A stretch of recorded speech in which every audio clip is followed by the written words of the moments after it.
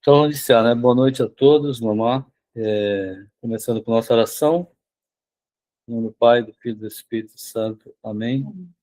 Inspirai, Senhor, nossas ações, ajudar-nos a realizá-las, para que em vós tudo comece e termine, com o nosso Deus Jesus Cristo, nosso Filho e do Espírito Santo. Amém.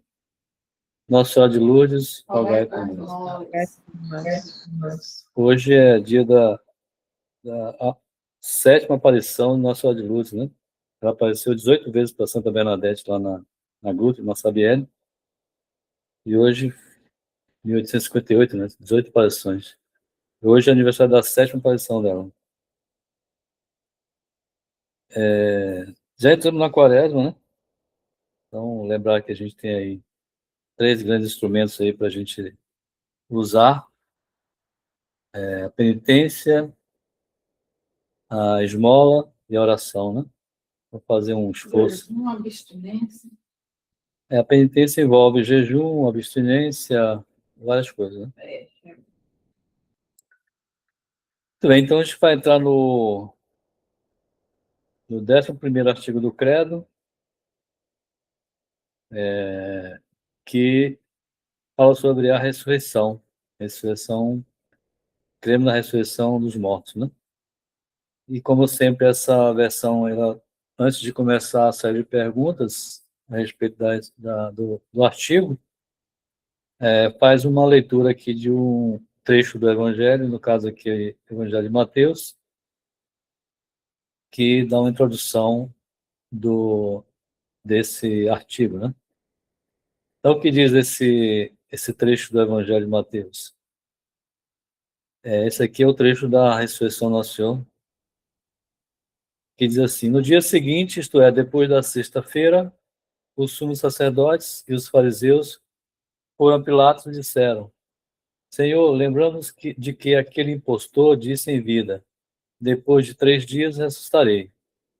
Manda, pois, guardar o sepulcro até o 3º dia, para não acontecer que os seus discípulos venham roubar o corpo e digam ao povo: ele ressuscitou dos mortos.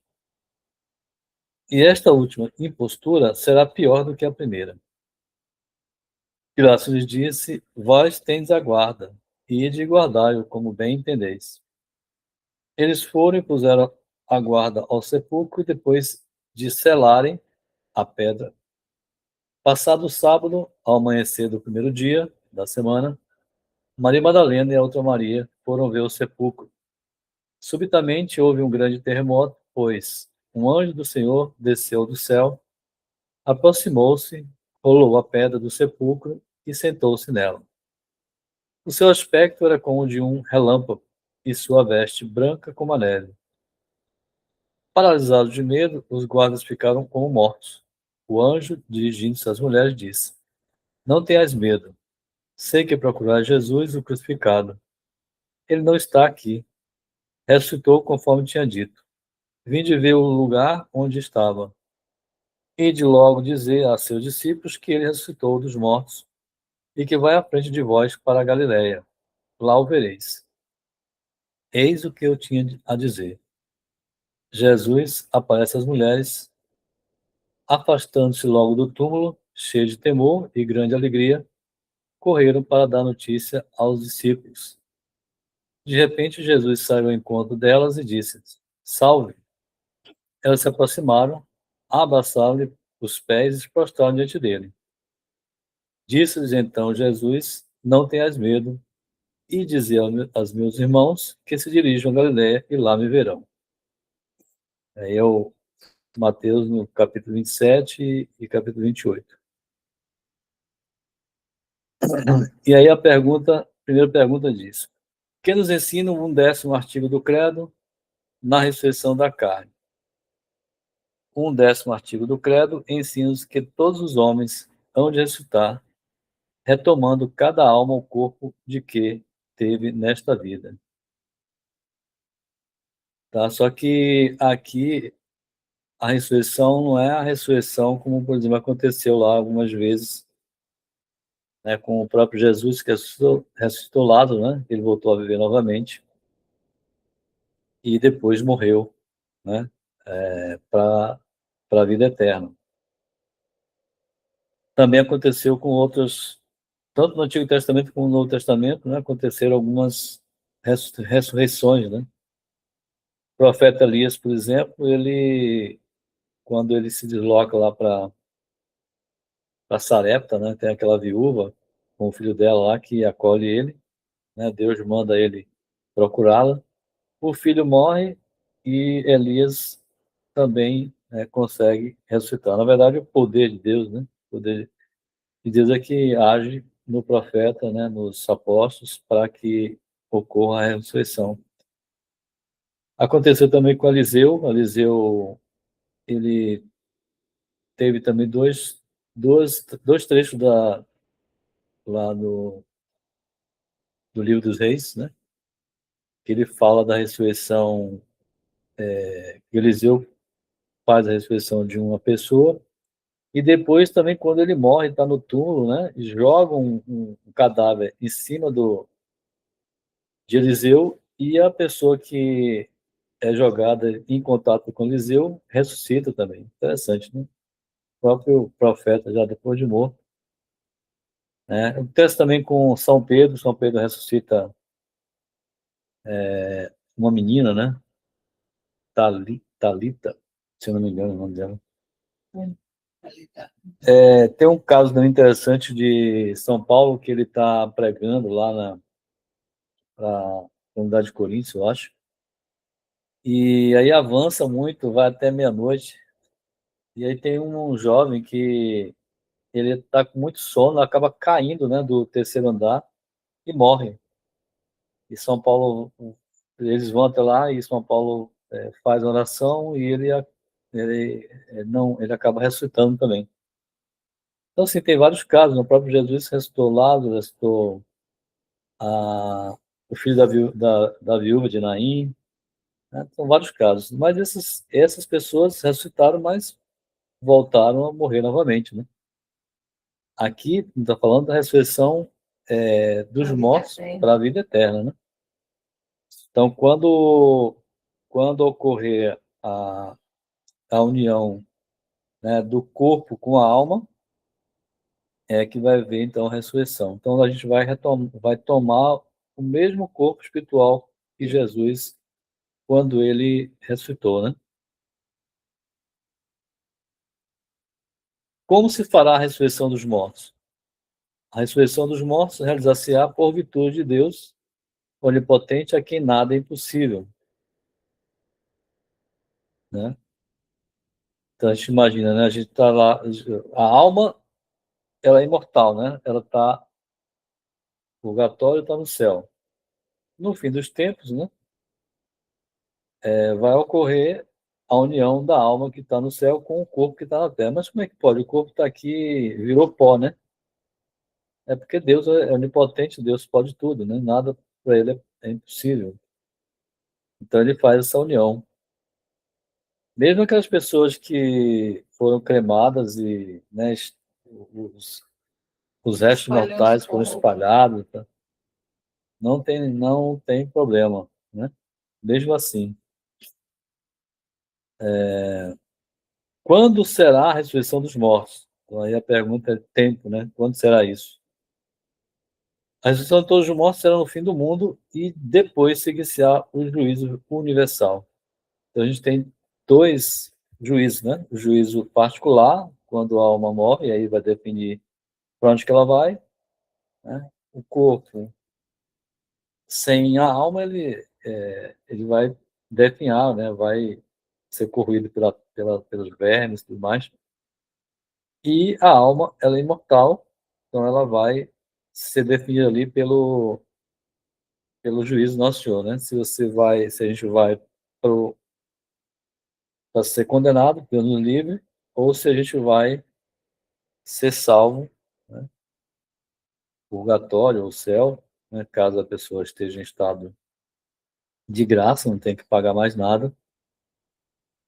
E então, no fim do mundo, quando tudo realmente vai se acabar, vai haver um juízo universal, né? Aí, mesmo os que estão vivendo nessa época, eles vão morrer imediatamente, né? Pelo menos essa é a fé da igreja. E aí vai haver, no mesmo momento, praticamente, o juízo universal de todo mundo.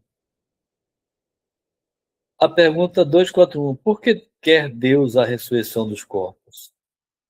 Deus quer a ressurreição dos corpos para que a nossa alma, tendo feito o bem no final, unida ao corpo, receba juntamente com ele o prêmio ou o castigo. Então, o prêmio é ser salvo, né? Viver ter a vida eterna com ele, e o castigo é a vida eterna sem ele, ou seja, condenação no inferno.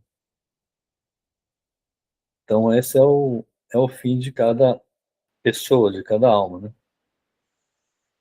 Ressuscitarão os homens todos da mesma maneira? Pergunta 242. Resposta: não. Haverá enorme diferença entre os corpos dos eleitos e os corpos dos condenados. Alguém fez um movimento? Eu queria tirar uma dúvida aí. Tá ecoando minha voz aqui. Pra gente tá normal, pode falar. É o seguinte, eu não entendi. Vai haver a junção da alma com o corpo? Como assim? A pessoa morre e não ressuscita? Então, a pessoa morre, o corpo vai ser enterrado, o corpo vai para o cemitério e a alma vai ser julgada naquele juízo. Sim, ser julgado. Inferno, purgatório, céu. É isso que ele está dizendo aqui. Então, quando a pessoa morre em estado de graça, né, tem a caridade, ela salva e ela vai, ou vai direto para o céu, quando a alma já está num estado de grande graça, de grande caridade, por exemplo, Marte, né, provavelmente ele vai para o céu, ou ele vai pagar a pena do purgatório, até pagar toda a pena, e aí essa alma vai para o céu. No fim dos tempos, né, lá no final dos tempos, conforme está dito aqui na doutrina, vai haver a união do corpo com a alma. Então, por exemplo, o que aconteceu com Jesus, né? Jesus ele foi crucificado, foi enterrado no sepulcro, só que no caso de Nosso Senhor, como a alma dele, como ele é uma pessoa divina, no terceiro dia, né, ocorreu a ressurreição dele. No nosso caso, não, a ressurreição vai ser no final dos tempos, mas vai ser a mesma coisa, o corpo vai ser um corpo ressuscitado, um corpo espiritual, vamos dizer assim, né? É um corpo com características totalmente diferentes do que a gente tem hoje. Ele vai explicar um pouco mais à frente isso. Quais são essas características do corpo, né? Um corpo ressuscitado. Mas é um corpo que, por exemplo, ele atravessa paredes, ele age rapidamente, não sofre de uma doença. Tem várias características do corpo, de um corpo ressuscitado. Então, vai haver a união do corpo, mesmo que ele esteja pó, né? Que ele vai virar pó. Como Deus ele quer, né, que a gente vá viver com ele no céu, esse é o nosso propósito, né, é o nosso objetivo, nossa pátria é o céu. Ele quer então que nós estejamos com ele, então com um corpo que é um corpo glorioso, né? É um corpo de glória, um corpo parecido com aquele que Jesus apareceu para os apóstolos nos 40 dias depois que ele ressuscita. Entendeu? Sim, mas assim, então não tem ninguém no paraíso agora. Tem. Mas ressuscitados só dois. Jesus e o ladrão, e Maria. Jesus que ainda hoje está no paraíso. Ainda não está ressuscitado porque o corpo dele não foi unido à alma dele. Só tem dois corpos ressuscitados, é o corpo de Jesus e o corpo de Maria. É fé da igreja que Maria foi assunta ao céu em corpo e alma. Tá? Porque os evangélicos dizem que ninguém vai para o céu de lá. Fica dormindo, sono, sei lá o que eles falam aí. E que depois que será julgado, que vai poder ascender ao céu. Então, o que é a doutrina verdadeira fala, a doutrina católica? Dois juízos. O primeiro é quando a pessoa morre, né, e aí ele vai definir se ela vai ser condenada ou vai ser salva. E o segundo é o juízo universal, onde todos vão ter o juízo final, né? Que é no fim de todos os séculos, fim do mundo, né? Aí acaba tudo. Então, vai ter aí, as pessoas vão aí ressuscitar, aqueles que estão em estado de estar com Deus, né? O seu corpo será unido à sua alma e vai ser um corpo glorioso.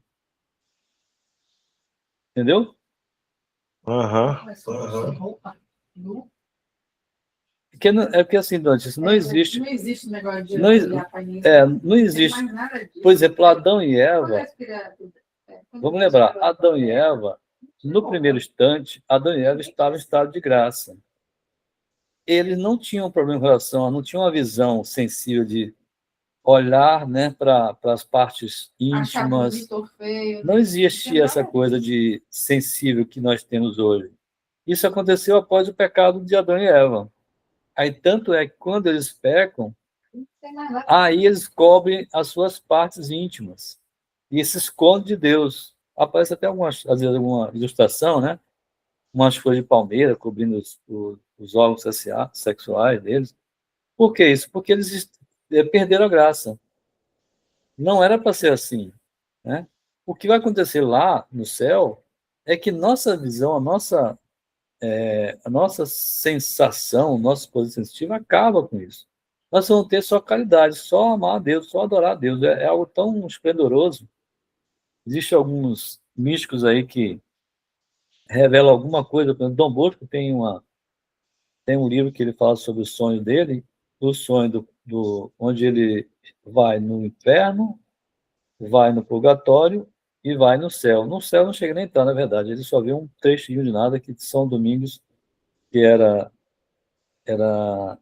um jovem que viveu com ele na escola dele, né?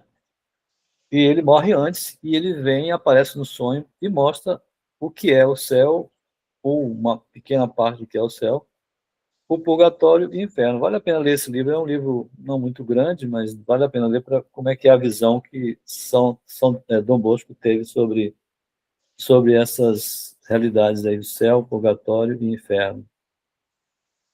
Mas, enfim, o que vai acontecer é isso, Cláudio. Vai acontecer a união do corpo com a alma, mas isso só no final dos tempos, né? Só no juízo universal. Agora, só existem duas pessoas, né? Que é Jesus, que aconteceu lá quando ele ressuscitou, e Nossa Senhora, quando houve a assunção dela. Aí, os únicos corpos que tem unidos são esses dois. Os outros todos santos, eles só têm a alma por enquanto. A alma no céu. Alma no céu. Isso. E aí a pergunta seguinte que vem, ó, quais são esses dotes que adornarão os corpos dos bem-aventurados? Veja que interessante, né? Como é que vai ser essa pergunta que você fez? Como é que vai ser, então, essa questão do corpo se unir à alma? Aí ele diz assim, ó, os dotes que adornarão os corpos gloriosos dos bem-aventurados são, né, os dotes, ou seja, quais são as características desse corpo glorioso. Como é que vai ser? Ele terão 4 características bem especiais, vamos dizer assim, né? Que é o que o próprio Jesus mostrou isso quando ele ressuscitou. O primeiro é impassibilidade. O que vem a ser impassibilidade? Quer dizer o seguinte, ó, os corpos eles não vão mais ter sofrimento. Então, enquanto aqui na Terra a gente sofre bastante, né? Ou pelo menos sofre um pouco, sofre muito, depende de cada um, né? Sofre doença, sofre acidente, sofre tem fome, tem sede, né? Precisa comer, precisa descansar e tudo mais. O corpo glorioso não tem nada disso, né? O corpo glorioso ele não precisa comer, não tem fome, ele não precisa beber nada, não tem sede, né? É muito diferente do corpo material que nós temos hoje. Nem de repouso. Ele não precisa de repouso, não precisa de nada. Ele é um corpo glorioso, né? É um corpo com impassibilidade, que é que chama, né? Certo? O segundo dote, a segunda condição é claridade. Quer dizer, o corpo, ele resplandece como o sol e as estrelas. Tem uma claridade, tem uma luminosidade.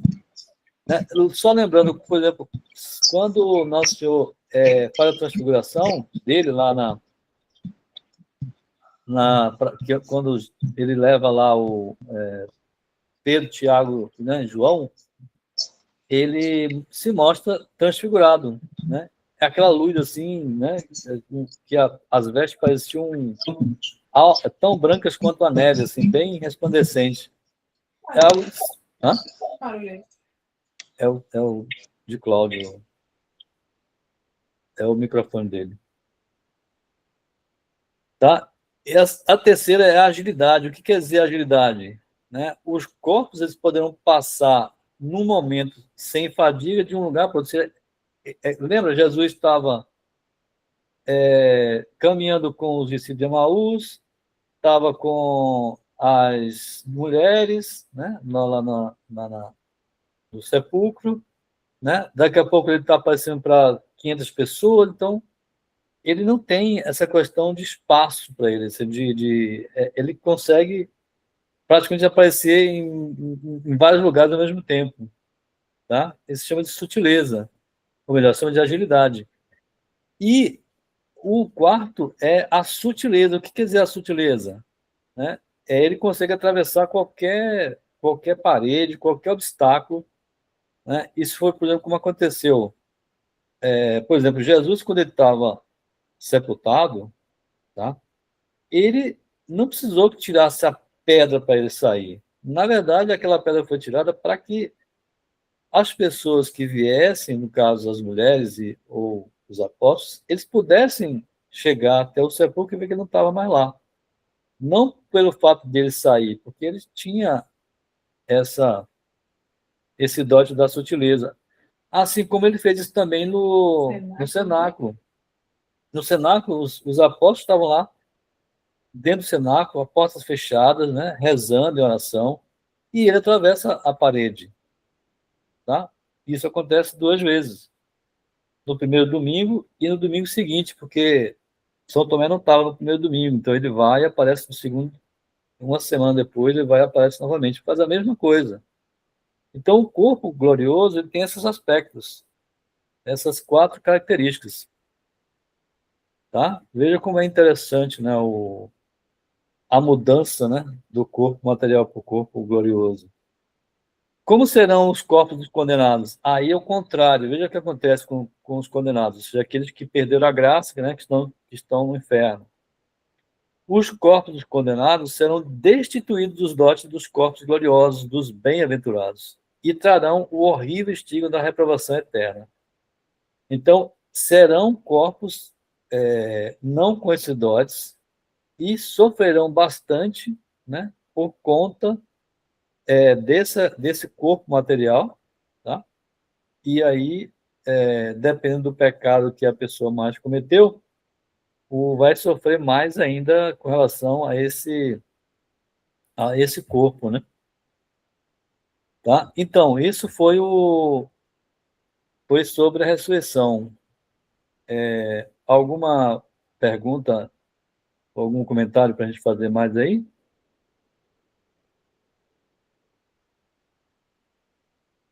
Não?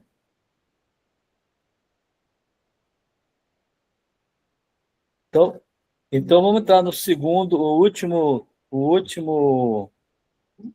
vamos entrar então no último artigo do Credo, que é sobre creio na vida eterna, né?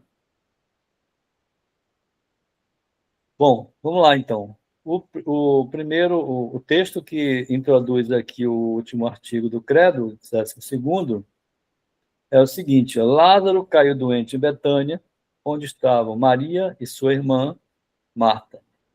Maria era aquela que tinha ungido o Senhor com óleo perfumado e lhe tinha enxugado os pés com os cabelos. Seu irmão Lázaro estava enfermo.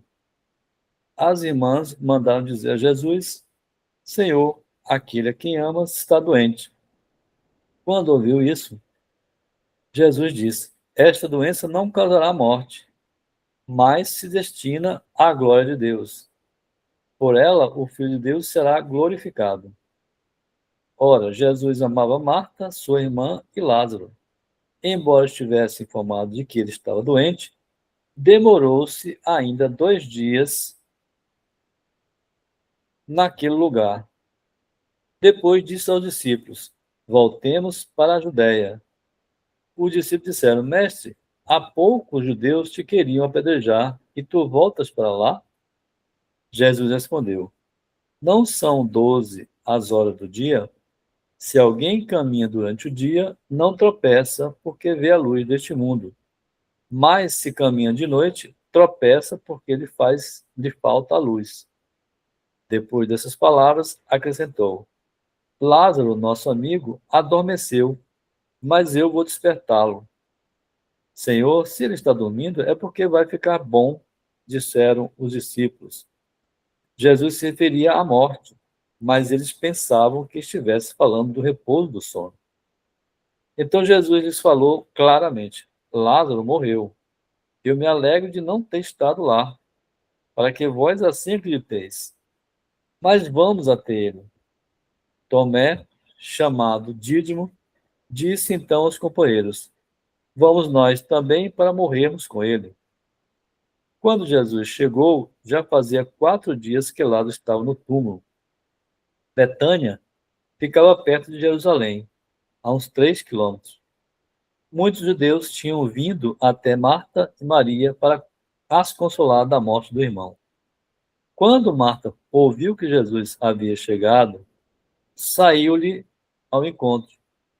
Maria ficou sentada em casa. Marta disse a Jesus: Senhor, se tivesses estado aqui, meu irmão não teria morrido. Sei, porém, que tudo quanto pedires a Deus, ele te concederá. Jesus respondeu: teu irmão ressuscitará. Sei que ele ressuscitará na ressurreição do último dia, disse Marta. Ela está explicando, ela está falando da ressurreição do último dia, ou seja, lá no juízo universal. Jesus lhe disse: eu sou a ressurreição e a vida. Quem crê em mim, ainda que esteja morto, viverá. E quem vive e crê em mim, jamais morrerá. Crês isto?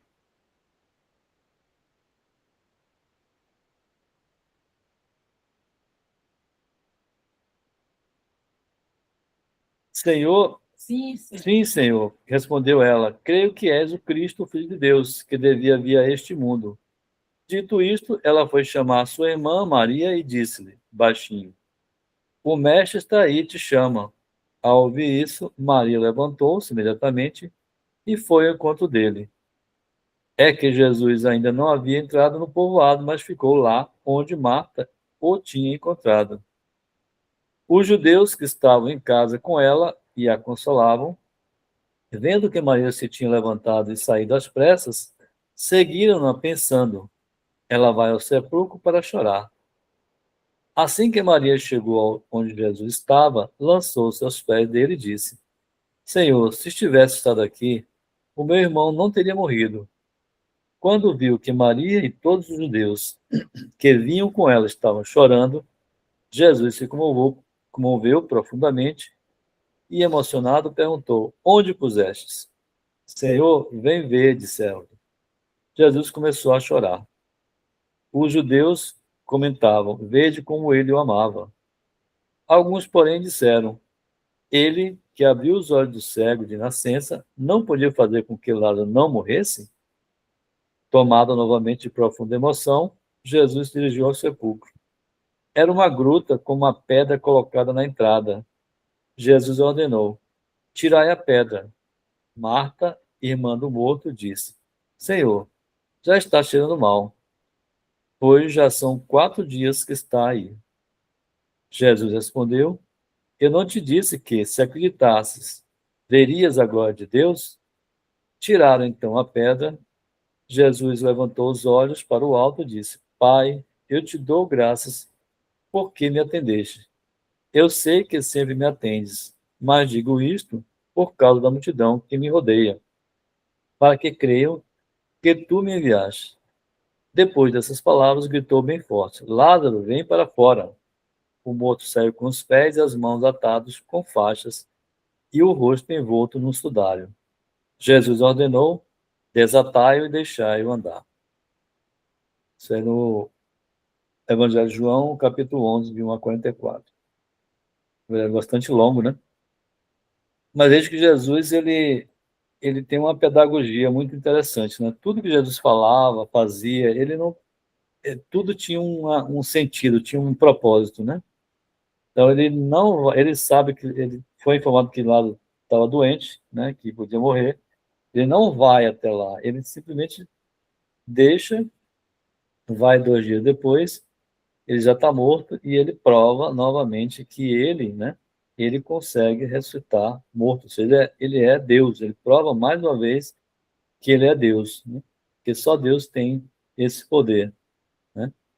Mesmo os apóstolos, quando ressuscitaram alguns mortos, eles o fizeram por conta, pelo poder de Deus, né? Ninguém tem o poder, a não ser Deus, de fazer estas obras, né? E aí a primeira pergunta aqui é: o que nos ensina o último artigo do Credo na vida eterna?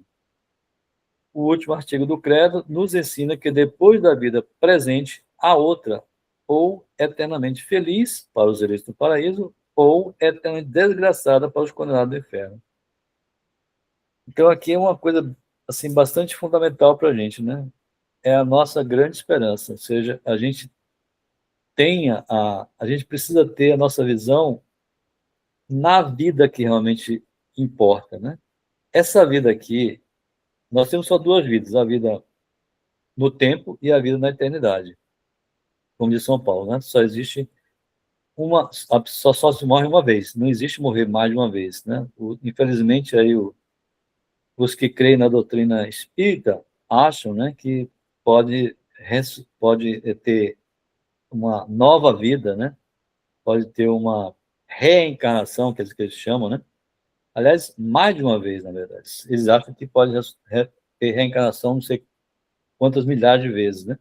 A loucura desse pessoal. Também não só eles que acreditam nisso, não. A religião dos hindus também, eles também acreditam nisso. E eles também, os hindus são tão malucos que eles acham até que os animais, né, podem ser uma encarnação de uma pessoa. Eles nem matam mosca, vocês já sabiam disso. Eles não matam mosca, não matam certos animais, porque eles acreditam que ali pode ser um ser humano que reencarnou. Olha a loucura, né? A loucura dessas doutrinas loucas que existem na Terra aí, né? Então, qual que é o nosso maior propósito aqui na Terra? Qual que é o nosso maior empreendimento? Não é ser um bom engenheiro, não é ser um bom marido, não é ser uma boa esposa, não é ser um bom padre, não é ser um bom policial, ser general, nada disso. O nosso maior empreendimento aqui na Terra é a gente trabalhar, né, para a gente ter a vida eterna com Deus.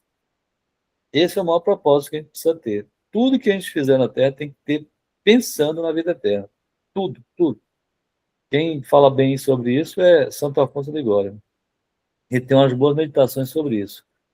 O maior empreendimento que a gente tem que ter aqui na Terra é a nossa vida na eternidade. Então, não podemos perder tempo.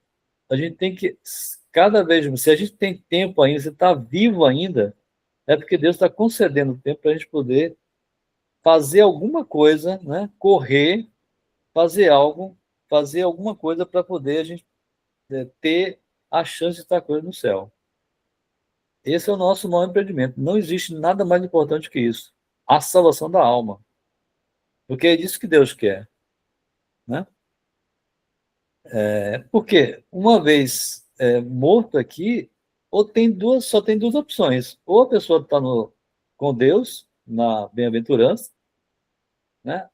Ou ela está no inferno, sem Deus, né? Perdeu a visão beatífica, perdeu a graça de estar com Deus. Só tem essas 2 chances. Não existe outra chance. Não tem mais volta, não tem mais uma segunda chance. Não existe isso. Então, o que a gente precisa estar é bastante atento a isso. No passado, né, a igreja lá no século, na Idade Média, tinha muito mais esse pensamento da vida eterna. Quando as universidades foram criadas, elas ensinavam as virtudes para o céu. Esse era o grande propósito que tinha. Depois aí do século 14, 15, a coisa começou a cair. Começou a se ensinar virtudes terrenas. Depois nem isso ensinava mais, só ensinava uma profissão para poder a pessoa viver bem aqui na Terra. Então, existia no passado, né, sempre uma... As pessoas olhavam, né, a vida pensando no amanhã da vida eterna, não no amanhã de o que eu vou comer, o que eu vou ver, essa preocupação de pagão, né? O mundo era mais cristão no passado, mas de uns tempos para cá, infelizmente, a coisa está indo para um buraco, um abismo sem fundo. Vai chegar um tempo que Deus vai ter que acabar com tudo isso, porque a situação está cada vez mais caótica, né? Cada dia que passa, a gente vê o caos se instalando, né? É a perseguição, cada vez mais a igreja reduzindo, né? Infelizmente. Pergunta 246. Podemos compreender a felicidade do paraíso? Boa pergunta. Não, não podemos compreender a felicidade do paraíso, porque excede os conhecimentos da nossa inteligência limitada. E porque os bens do céu não podem se comparar aos bens deste mundo. Isso aqui é muito interessante, né? São Paulo fala na primeira carta aos Coríntios, capítulo 2, versículo 9. Eu gravei bem isso. Você sabe também. Aquilo que os olhos nunca viram, aquilo que os ouvidos nunca ouviram, aquilo que o coração nunca sentiu, é isso que está previsto, que está nos reservado, que é nos reservado para isso, reservado no céu. Ou seja, nossa inteligência humana... Olha mais, ouvi jamais ouvido. O coração jamais sentiram a grandeza do céu. Né? Então, a nossa inteligência é limitada. Nós não conseguimos saber por que está essa dificuldade de querer buscar as coisas do alto sempre, né, em primeiro lugar. Por quê? Porque a nossa inteligência ela é bem limitada. A gente está muito na parte sensível do corpo, né? Está sempre preocupado com nossas vaidades, com o comer, com o beber, com a festa, com isso, com aquilo, o prazer, né? Do corpo, o prazer dos sentidos, né? Nós não nos preocupamos com o que está reservado para a gente no céu. Não há essa preocupação. São Paulo, ele escutou isso diretamente do Nosso Senhor. Ele teve a revelação do Nosso Senhor. Ele fala isso numa das cartas dele. E por isso que ele sempre fundou comunidades, ele sempre pregou, escreveu cartas e exortava e cuidava das comunidades, né? Fazia sempre um trabalho bem forte de evangelização, levando, né, a verdade para essas pessoas que não conheciam nada. Tá? Em que consiste a felicidade dos eleitos? Pergunta 247. A felicidade dos eleitos consiste em ver, amar e possuir para sempre a Deus, que é fonte de todo o bem. Então, Santo Agostinho tem uma frase muito interessante, que eu até copiei, ela coloquei até a frase do final do meu e-mail, que é assim, isso está no livro dele de Confissões. O meu coração está inquieto e ele só vai... as palavras são um pouco diferentes do que ele escreveu, mas é o que eu entendi. O meu coração está inquieto e ele só vai só vai estar completo quando estiver em vós, quando estiver convosco, ou seja, no céu. Então, nossa alma só consegue se satisfazer com Deus. Nada nesse mundo aqui vai ser suficiente para satisfazer a alma. Não tem a melhor riqueza, não tem a melhor beleza, não tem nada disso vai completar. Nada disso. O homem, quanto mais dinheiro ele tem, mais ele acha que é pouco, ele vai querer mais. Quanto mais poder ele tem, mais ele quer mais. Por quê? Porque é próprio da alma. A alma não se consegue se contentar com os bens materiais. A alma só se contenta com Deus. Não tem outra situação, né? A pergunta 248 é: em que consiste a desgraça dos condenados? A desgraça dos condenados consiste em serem para sempre privados da vista de Deus e punidos com tormentos eternos no inferno. É a grande diferença. Nos condenados, eles vão estar por toda a eternidade sofrendo tendo sofrimentos, tormentos, né, do corpo, né, principalmente a privação da visão beatífica de Deus, né? Porque agora, não só para as almas, os bens do paraíso e os males do inferno. Os bens do paraíso e os males do inferno, por agora, não só para as almas, porque, por enquanto, só as almas estão no paraíso ou no inferno, mas depois da ressurreição da carne, os homens, na plenitude da sua natureza, isto é, em corpo e alma, serão ou felizes ou infelizes para sempre. Ou seja, a felicidade verdadeira, completa, só existe quando a gente estiver no céu. Na Terra, nós temos momentos de felicidade, mas entremeados com muitas coisas que a gente sofre de doença, né, decepções, fome, sede, tudo. Nessa Terra, nós não podemos ser felizes. Né? Você vai falar isso para Santa Bernadette, né? Fala para vários santos: eu vou te fazer feliz, não neste mundo, no outro. Neste mundo vai sofrer. Por que sofrer? Porque o sofrimento ele faz parte, né, da justiça de Deus. Por quê? Porque enquanto nós estamos na Terra, nós estamos pecando, nós estamos ofendendo a Deus, pouco ou muito, mas estamos ofendendo. Um só pecado ofende a Deus. Então, como que se paga esse pecado? A gente pode pagar, tem várias formas de pagar, mas existe uma pena temporal. Então, é isso que ela diz: não te farei feliz neste mundo, mas no outro. Tá? Serão iguais para os eleitos os bens do paraíso e para os condenados os males do inferno? Boa pergunta também. Resposta: os bens do paraíso para os eleitos e os males do inferno para os condenados serão iguais na substância e na duração eterna, mas na medida, isto é, no grau, serão maiores ou menores segundo os méritos e deméritos de cada um. Então, imagina, nós podemos ter méritos ou deméritos, né? Quais são os méritos que a gente pode ter? O que a gente pode fazer para poder ter mérito? Principalmente a caridade. A caridade apaga uma multidão de pecados, assim como fala, né? São Pedro fala isso, né?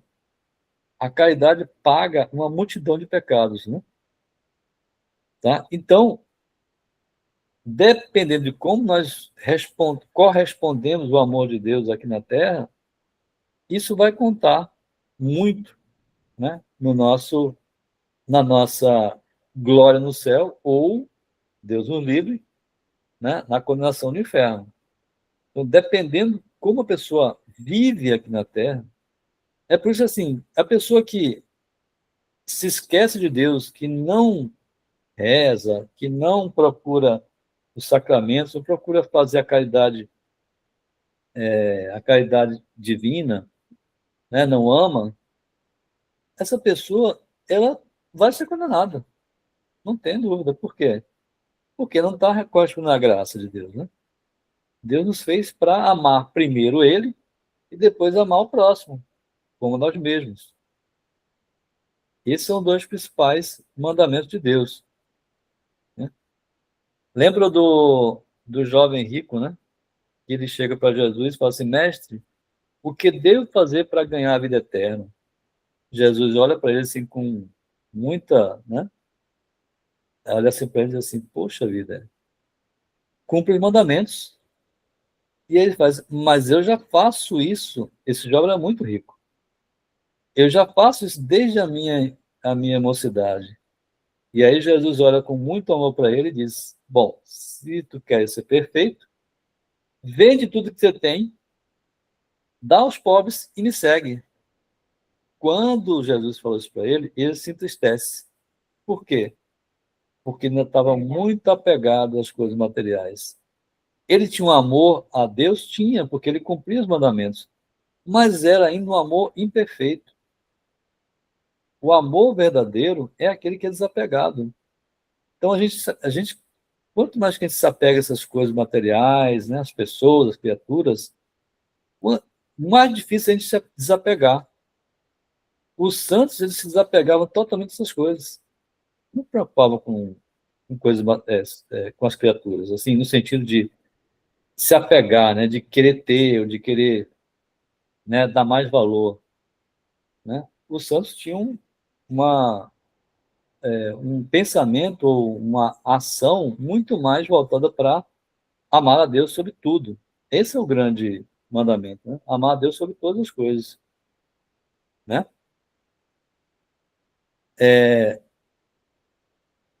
Eu vou pegar uma parte aqui do Catecismo Romano só para a gente ver o que Deus preparou a gente lá no céu, né?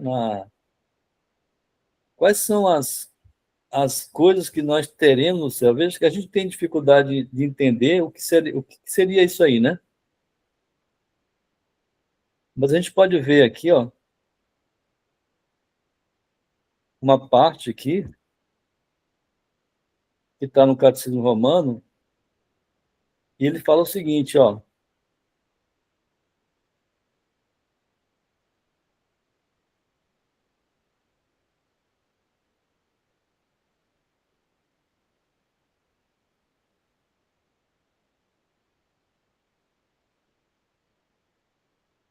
Então, aqui, quais são os bens essenciais, né? Ou seja, é a visão e a posse de Deus, né? Primeiro, ele lista aqui é a visão beatífica, né? E a posse de Deus, né? Como Santo Agostinho falou, né? Que meu coração anda quieto só vai repousar, né? Só vai estar completo quando estiver em vós.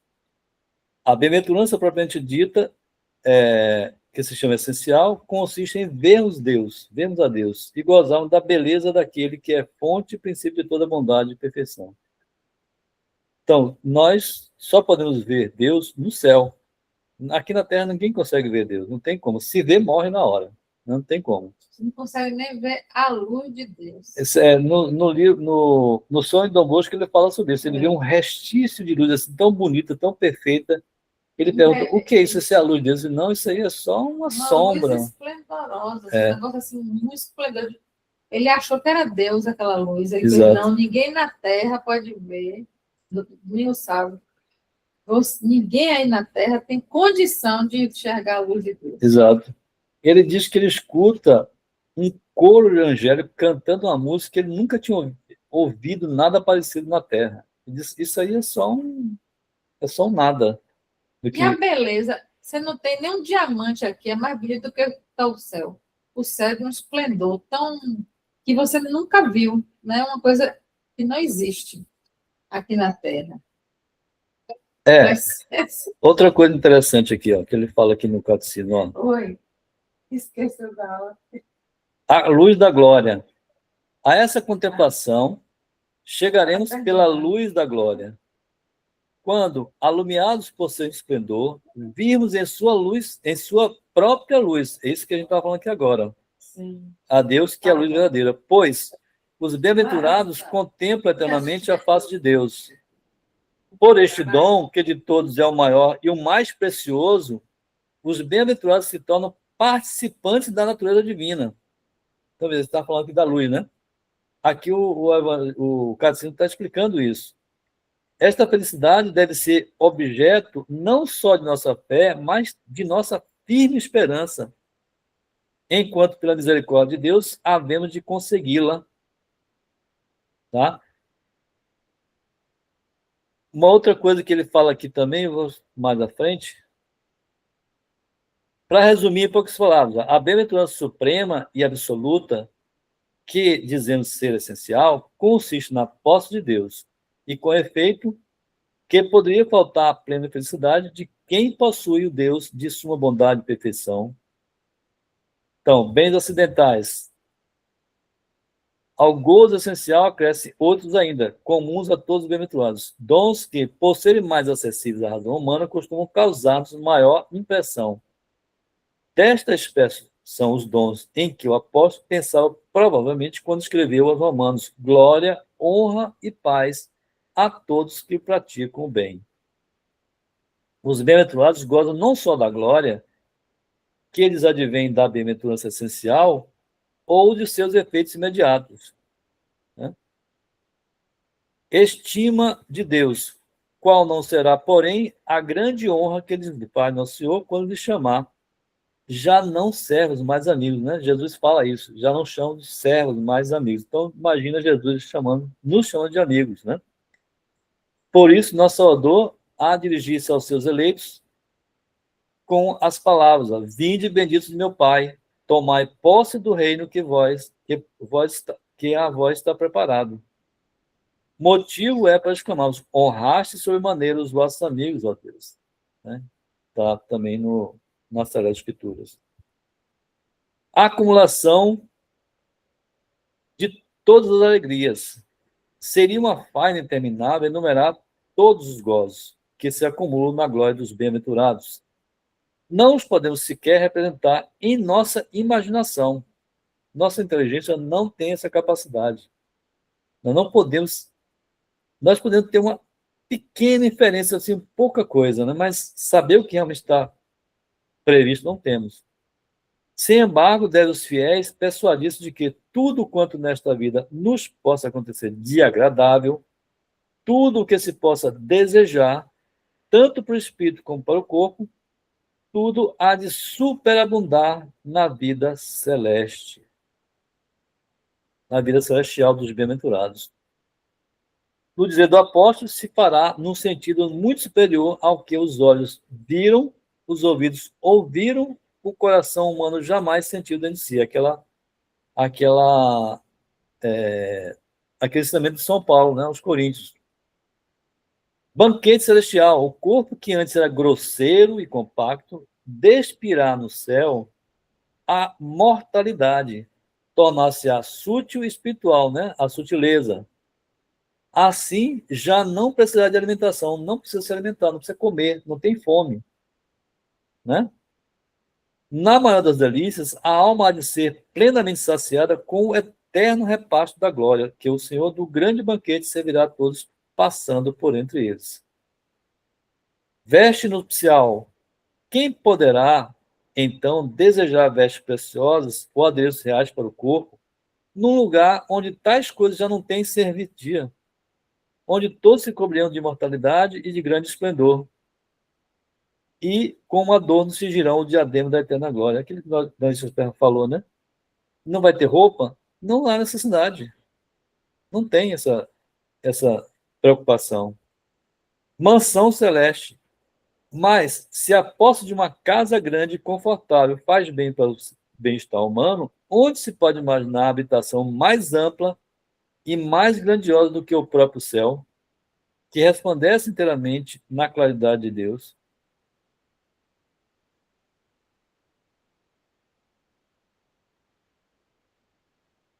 Então, veja quantas coisas interessantes que a gente não conhece e que o catecismo nos ensina, né? Não, a gente não tem, só a gente conhecendo mais, se aprofundando mais, para a gente poder fortalecer nossa fé, nossa esperança e nossa caridade.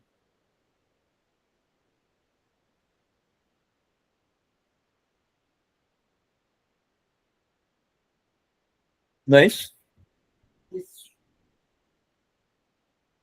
E assim a gente conclui aí os artigos do Credo, né?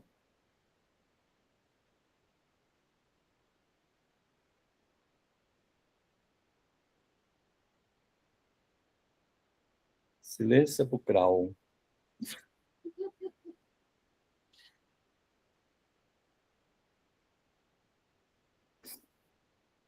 Bom, já que nós não temos mais nada para acrescentar, podemos nos despedir e voltar na próxima semana com outro tema importante para a gente poder aumentar a nossa fé, a nossa esperança e caridade.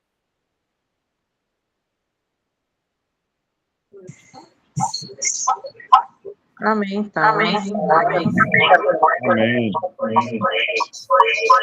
Um grande mistério, né? Verdade. Porque você fica pensando para que